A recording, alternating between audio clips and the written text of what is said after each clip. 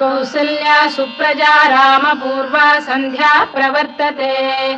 उत्तिष्ठ नरशार्दूल कर्तव्यं दैवमान्धिकम् कौसल्या सुप्रजा रामपूर्वा सन्ध्या प्रवर्तते उत्तिष्ठ नरशार्दूल कर्तव्यं दैवमान्धिकम् उत्तिष्ठोत्तिष्ठ गोविन्द उत्तिष्ठ गरुडध्वज उत्तिष्ठ कमलाकान्त त्रैलोक्यं मङ्गलं कुरु उत्तिष्ठोत्तिष्ठ गोविन्द उत्तिष्ठ गरुडध्वज उत्तिष्ठ कमलाकान्त त्रैलोक्यं मङ्गलं कुरु